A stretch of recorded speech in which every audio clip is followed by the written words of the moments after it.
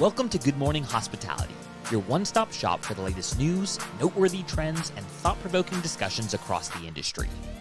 From hotels and short-term rentals to all things travel and hospitality, you'll find each episode equips you with the information that you need to start your week. Join us on Good Morning Hospitality every Monday, wherever you get your podcasts. Good morning. Good morning. Morning. Good morning, friends. Nice to see you both. How are we? Raphi? Yeah, pretty good. I woke up at 6:30 a.m. to do yoga this morning because I got peer pressured from both of you. Both of you last night were saying, okay, we're each going to do sports tomorrow morning before the call. So I did it, but someone didn't. Let's talk about that. Oh no. Yeah, I did not. I was the one bullying everyone last night. I was like, hey, I'm waking up super early. I'm gonna go to the gym, all this kind of stuff. And yeah, no, I went to Pilates last night and the last like 15 minutes just kind of felt like I was gonna vomit. And so I got home and just had like I don't know, low blood sugar or a heat wave, something. I overheated, whatever. I got very ill. I didn't feel good. So I decided to take it a little bit easy this morning. I will be walking to the office later. Doesn't count, Sarah. Doesn't count. That's just a mode of transport. It's a mode of transport. Your legs are your mode of transport. It's true. I mean, look, Sarah's the boss when it comes to exercise, right? So like if Sarah tells us, guys, you got to get in the gym early doors, me and Raphi just do it. We just do as we're told, you know? Like I was sweating, thinking, oh God, I've got to do this. I can't let the team down. Yeah, So, even angels fall sometimes, I guess, guys. Sorry. Already let you down. But hey, good news is I motivated you to work out and don't you feel so much better? Fair enough. Although I hated waking up at 6 a.m. Yeah. 6:30. Gross. I don't mind the early starts, you know. I don't mind. I think what I really struggle with is when I haven't exercised in the morning or at lunchtime and I know it's hanging over my head in the evening. So you, Sarah, going to a Pilates class in the evening, that to me is real. That's real strength rather than doing it first thing. I hate doing it in the evenings. They just didn't have any openings in the morning. So it's like a really small studio and you have like a specific slot. So I'm on the waiting list for a morning slot. I hate working out in the evenings, but I like Pilates. Yeah, I'm the opposite. I like the evening workouts better. Yeah, it's just that first coffee after you've done the exercise, you just feel $1 million. You're like, oh, this is sensational. They've got these very good. I don't know if they have them in Europe. The Barry's Boot Camp. I think you might have them. And you basically go and get beaten up by this, like, you know, these range of horrible masochistic instructors. And like, you know, there's like a row of treadmills and a row of weights, and you swap and you alternate. Sarah's like, I do this every morning, right? That's what I do in the gym. I go like twice a week. Yeah, it's torture, but it's fabulous. Yeah, it's boot camp, right? So that's okay, cool. Right, next time in Barcelona, sign me up. I'm going to go with you. Let's do it together. I'd love to. Raphi, you good? Yeah. We'll talk about it later. But the Barry's is great, and the showers are lovely, and it's all bougie, and then you can pre-order your smoothie so that as you leave the class, you get your smoothie. Yeah, my gym does not have that. They just have the torture bit. So no smoothies. How's everyone been? What's everyone been up to? Plans, fun stuff? I'm actually going to the Olympics this weekend. Wow. What are you fun. What are you going to see and how did you get a ticket? Tell us more. I'm going to watch rock climbing. Amazing. Fun. And I got the ticket through a partner from over network. Oh my gosh. Okay. I can't believe I didn't know rock climbing was an Olympic sport. How long has that been a thing? I don't know. Like I've recently gotten into rock climbing. I'm doing it with some colleagues after work every week. So I'm excited to watch it because now I understand the difficulty of it. Yeah. But yeah, I've never really followed it before. Is it like the speed ones where they have to get all the way to the top in I don't know, 9 seconds or something crazy like that? Or is it more? No. So there's that one, but then I think we're going to watch the bouldering. Cool. So it's not super high, but it's like difficult it's like more strategic. Interesting. And that's what I do. So like, I'm really, really keen. I'm super excited to see it. I'm jealous of that, Raphi. That's very fun. Sarah, what about you? What have you been up to, or what are you going to be up to? Yeah, not a whole lot. I did a whole bunch of nothing at the weekend, and it was just what the doctor ordered. Sat around on the beach on Saturday and Sunday. Just sat around and watched the Olympics. And hung out in the house and didn't leave the house all day. It's great. Love it. What about you? Love it. Tell us about the festival. So we went off to the festival. Obviously, we'd just spoken last week, hadn't we? When we were packing our bag, packing up the car. I'm such a dad. I've got a roof box for the car now. I love it. Just shove it in the roof box and off we go. Honestly, I'm more proud of this roof box than I'm proud of anything I've done in the last 6 months. This shows my age. And so we get to the festival and we realize very quickly that being at a festival with a toddler and a 13-week-old baby is a mistake. And the reason I know I made a mistake is because there's people in like full body glitter paint, like, drinking, having a great time. And then there's me, like, changing my daughter's nappy and, like, trying to stop my son from crying, having an awful time. And I'm looking at these people thinking, we're living a different life right now, but we're trying to do the same thing. So after 6 hours, Jasmine and I looked at each other and just said, I think we've made a mistake here. And we went back to our Airbnb that we were staying in, and we had a weekend in the countryside, and we didn't go back to the festival. I love that. I can't imagine going to a festival with children. Like, there's one in Barcelona which is called Brunch Electronic, and they have like a children's section before. So the children's section starts at like 1 p.m. That's from like 1 to 5 p.m. And then at 5 p.m., all the degenerates turn up. It's like the kids go away, and then everybody else turns up.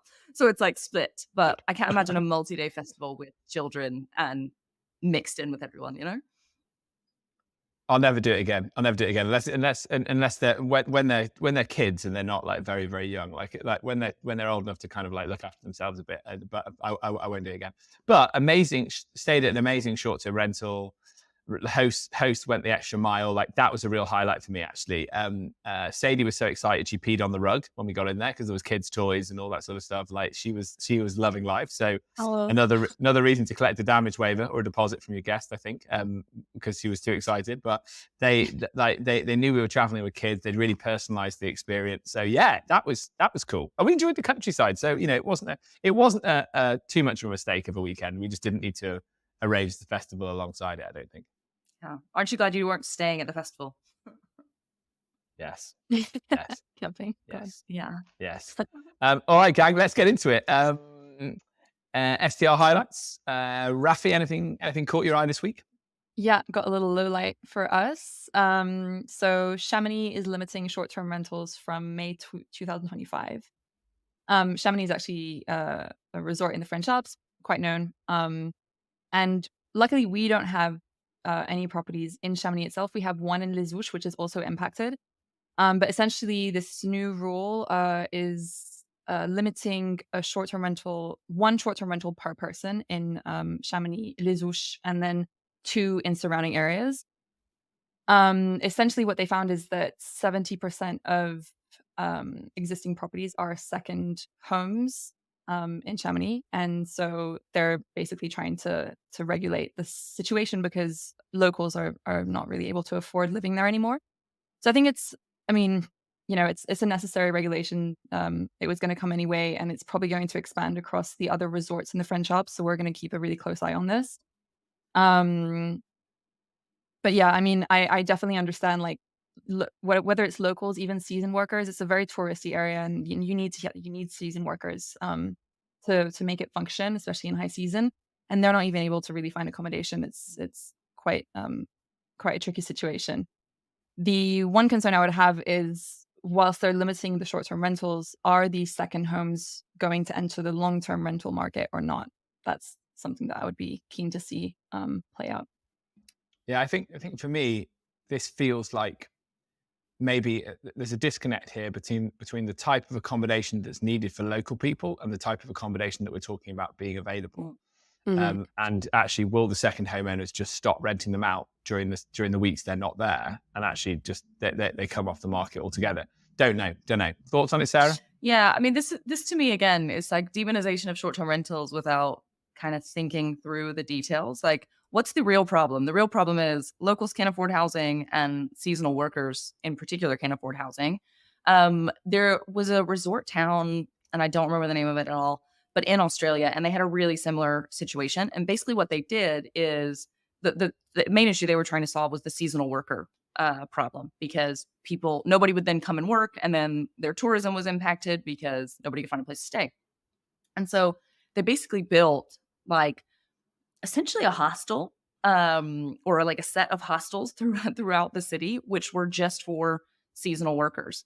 And so in some cases they built them, in some cases they converted and kind of worked with an existing hostel, for example, to turn that into housing, temporary housing for these workers. And so some of them had a mix of like dorm rooms versus actually like private rooms. That to me is thinking outside the box and solving the problem. I don't know, just as we were just mentioning, like, are these beautiful chalets the properties that a seasonal worker is going to be able to afford or need? Probably not. For the long-term residents, I think it's a more complicated issue. And again, if that's your second home and you just have it on Airbnb to try and make some extra money, like, is it worth the hassle of having somebody in there long-term? I don't know. I think it's an error to think, oh, you have a second home. If it's not listed on Airbnb, you're just going to put it on the long-term rental market.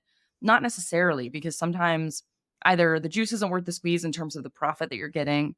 Maybe you have a second home because you actually want to use it, so you don't want somebody in there all the time. Maybe, yeah. So I think there's a bunch of factors that are not really being considered. Yeah, that's right. Raphi, is the profile of your typical OVO owner that they use the property themselves sometimes?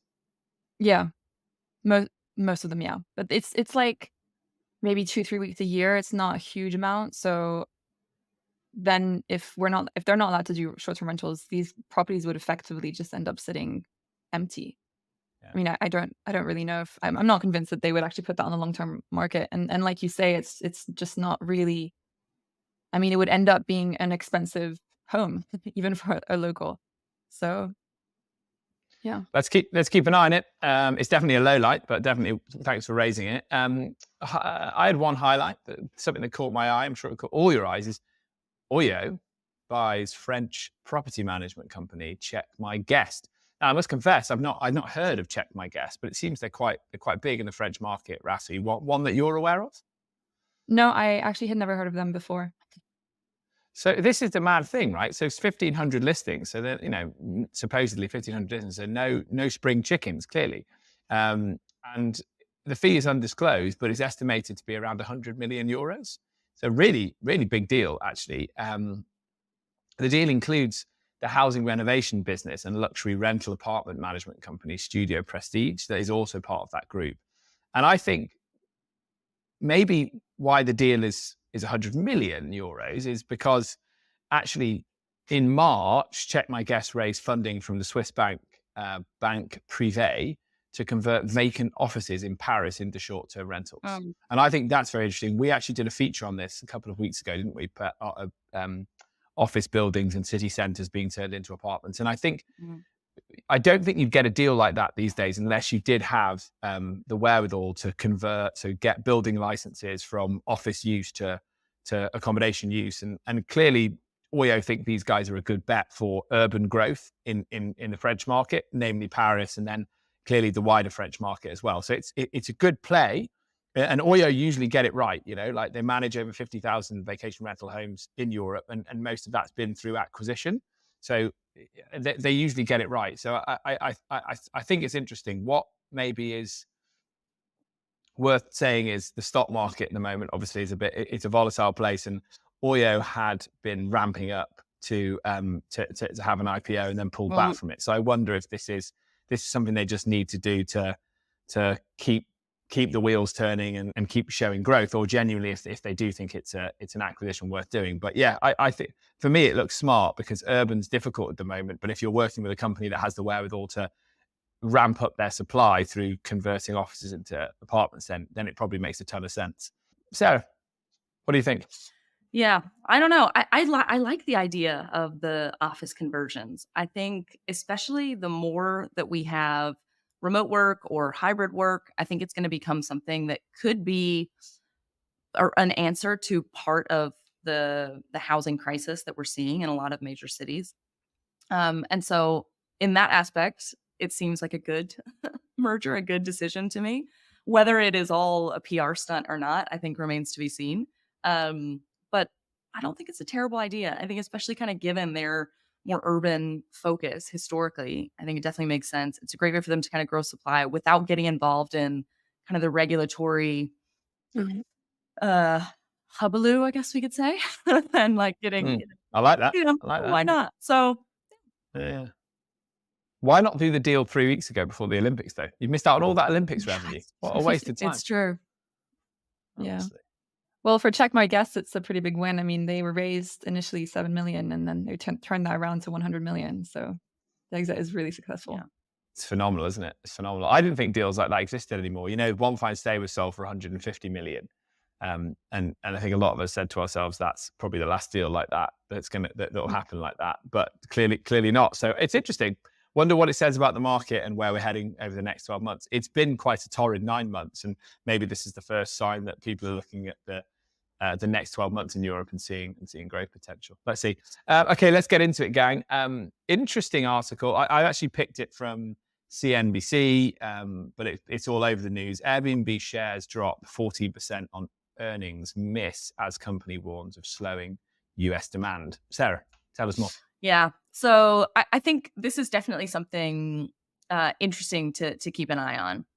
So despite the 14% drop in the share price, as far as I'm concerned, like Airbnb still posted pretty solid results from a financial perspective. So they were at 125.1 million nights booked. So that's 9% year over year growth in nights booked.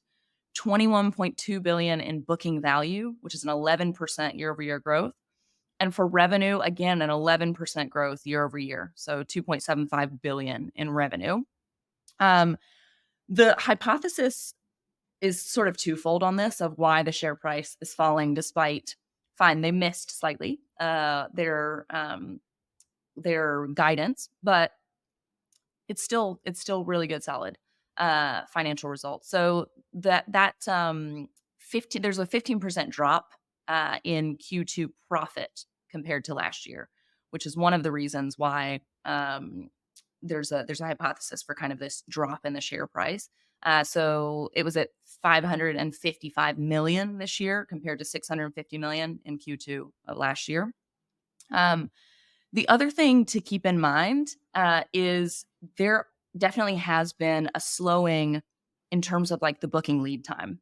And I think that is allowing people to panic a little bit. So we saw the same thing with the Paris Olympics, right? We talked about this with the Paris Olympics, with the Euro. People are booking much more last minute. And even for major holidays. So for Thanksgiving and Christmas, the booking window is shortening. So we're not seeing at all the same level of demand at this time for those dates in the future as we were at the same time last year. So that's also another component of it. But it's worth mentioning that Airbnb and the share price does not necessarily follow the same logic as most of its competitors. And so just as an example, the price to earnings ratio for Booking.com is 24.13, whereas for Airbnb it's 15. And so basically that just means that like the stock price is not following as closely the earnings or the revenue that's actually being reported. I think this is a unique phenomenon to Airbnb because of their brand and because of the way that they are positioned in the market. I think people expect it to be this rocket ship of growth like an Apple or a Google or something like that, rather than actually comparing it to what I would consider its true competition, which is like a Booking or Expedia. So I think that is worth mentioning. And they're also talking about bringing back experiences, which we can talk about a little bit later. But I mean, that is, I don't know where to land on that. You know, they were a flop from the beginning. It was sort of weird. They wanted to vet everything. I did a couple of experiences. They were like, meh.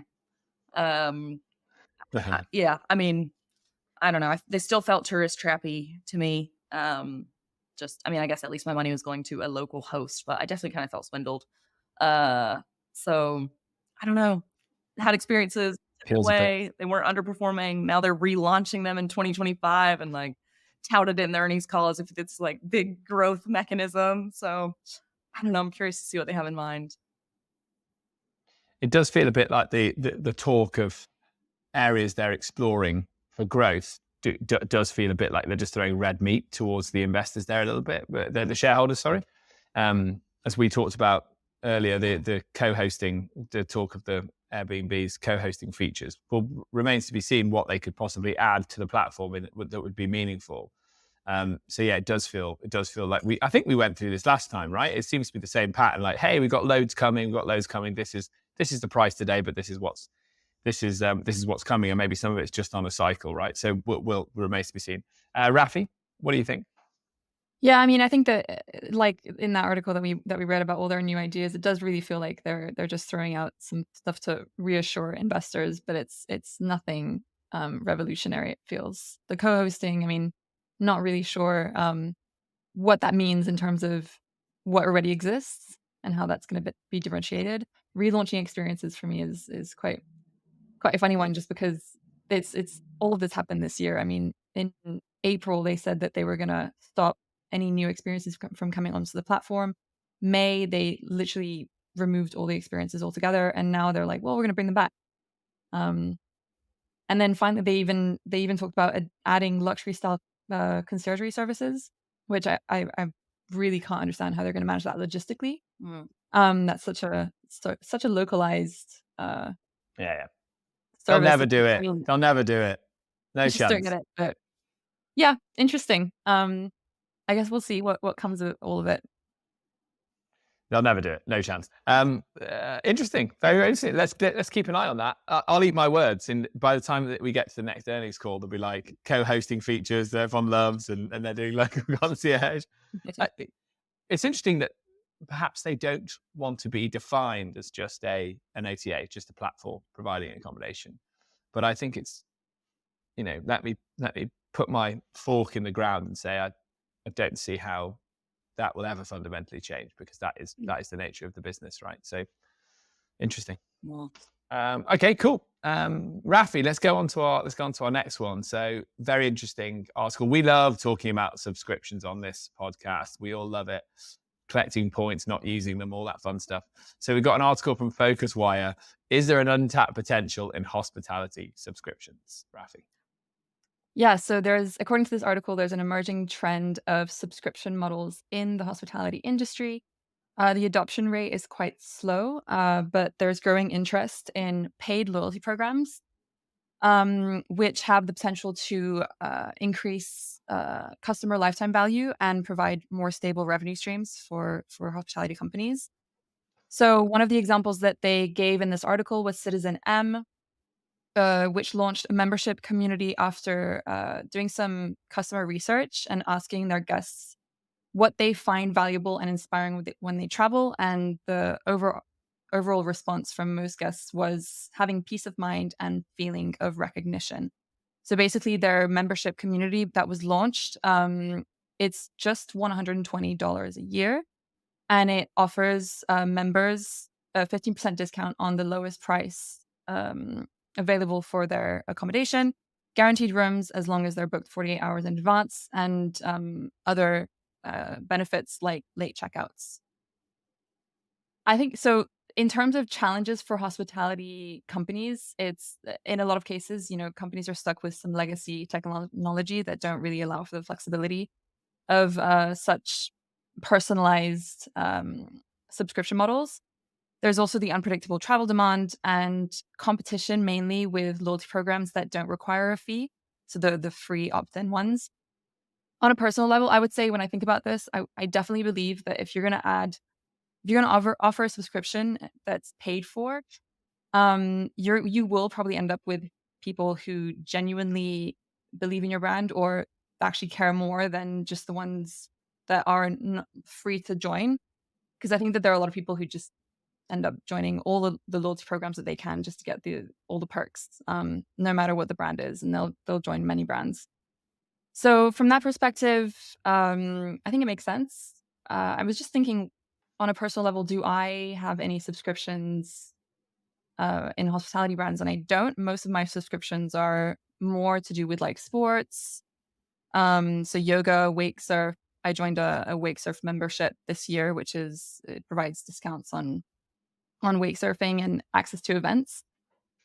For me, I feel like the subscriptions are interesting when it provides access to like a community or personal development. So sports, you can improve your skill.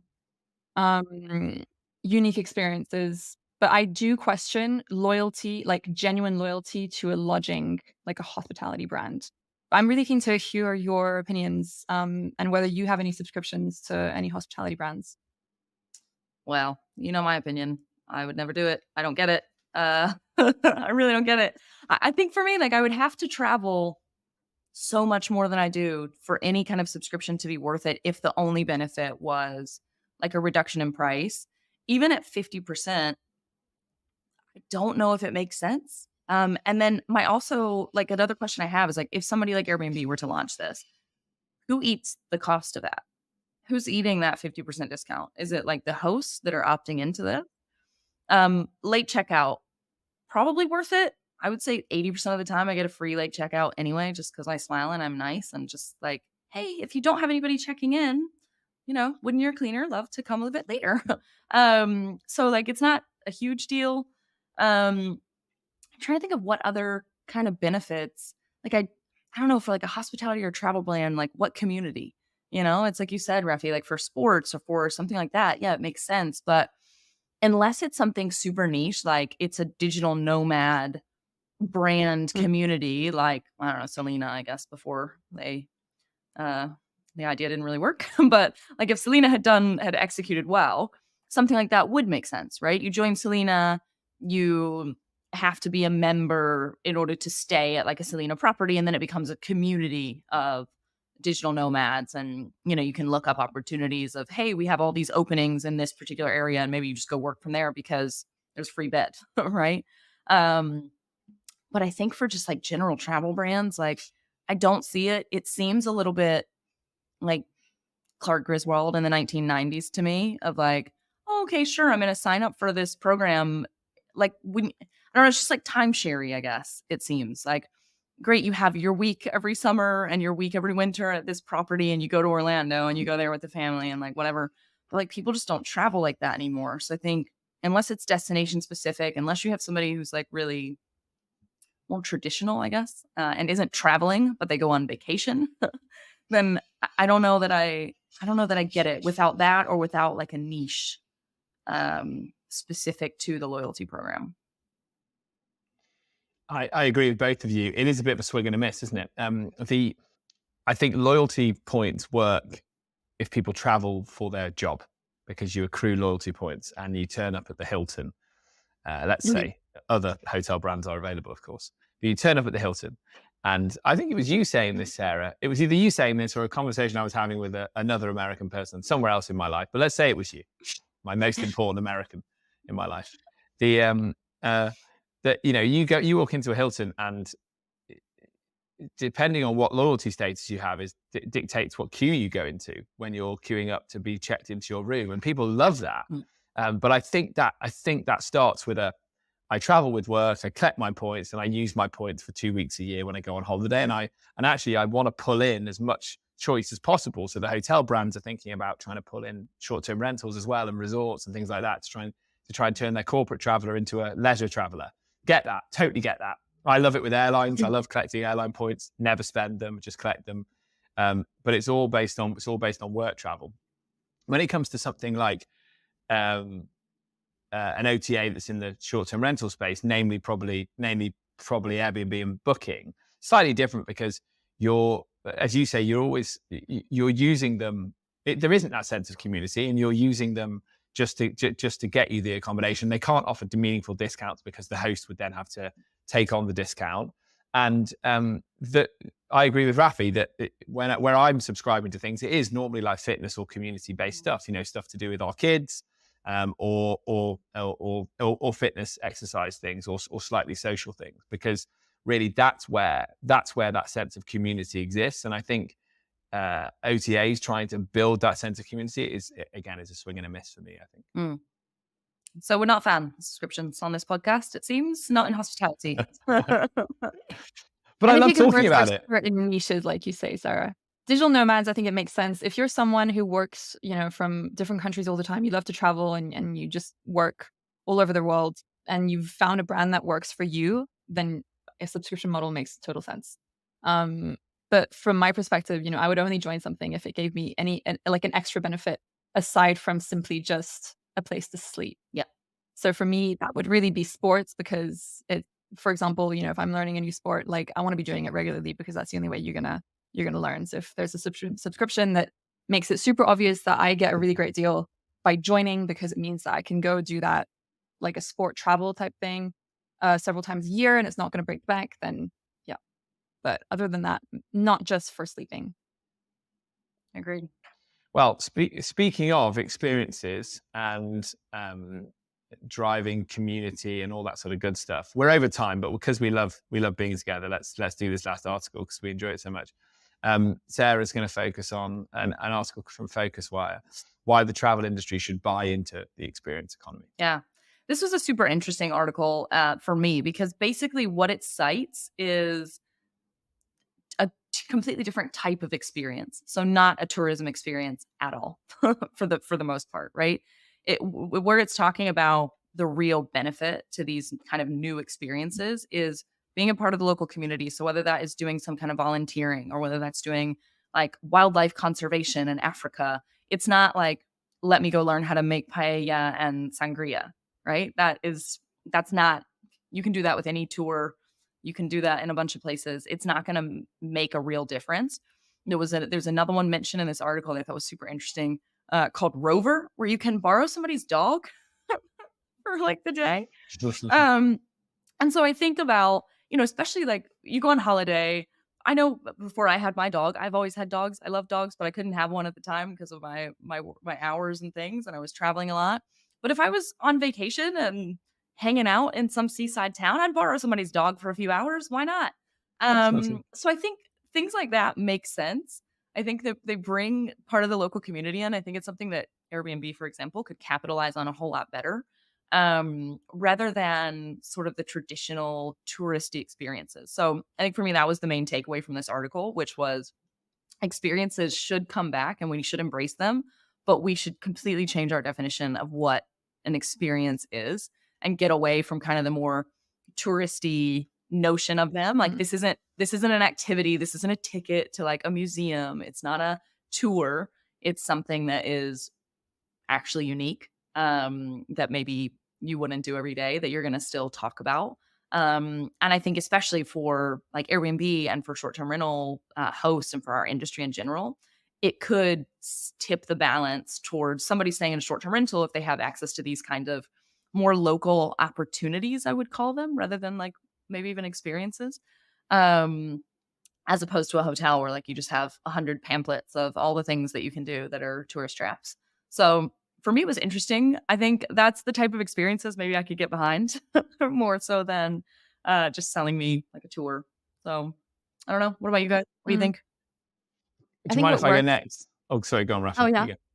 Okay. No, just because I was really aligned with what Sarah was saying on that. For me, it's like I love this. It's not just a line. It's not just a throwaway comment. This living like a local thing, which is why I feel like. Can I say our generation? Yeah, I'm going to say our generation. We're all millennials, aren't we? Yeah. Yeah. We want something authentic when we go away. And we do want to like, I love those trips where you might know someone that lives in the town. So they take you to the really cool place to go for a hike.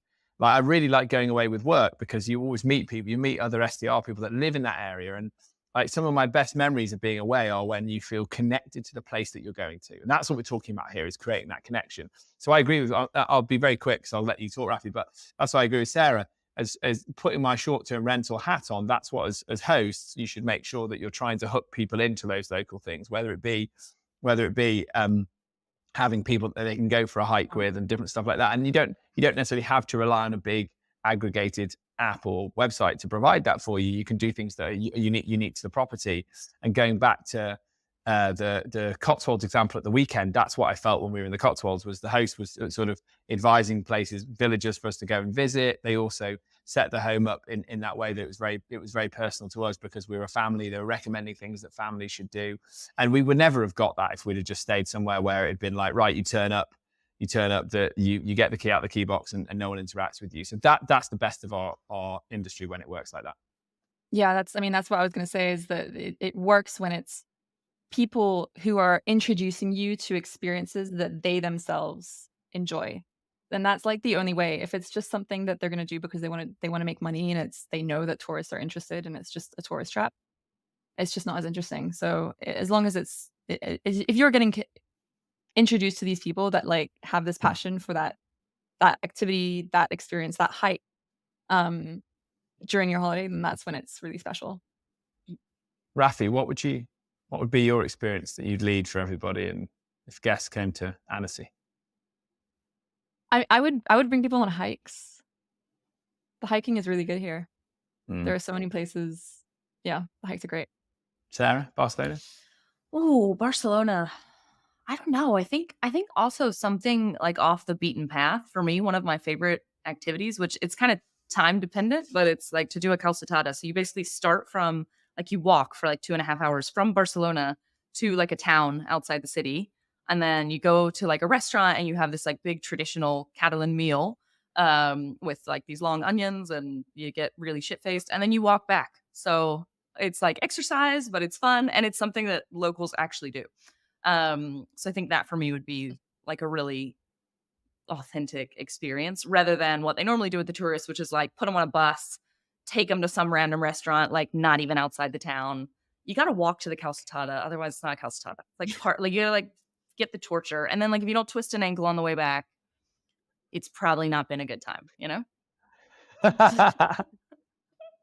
See, they're two great answers. That's just in a nutshell. I want to do both those things. And also I want to rent your dog on Rover, Sarah. So, Yeah, you know, she I would want to do love it it. all. She'll go with anyone. She's just a happy-go-lucky kind of gal. So Love What it. about you, Leo?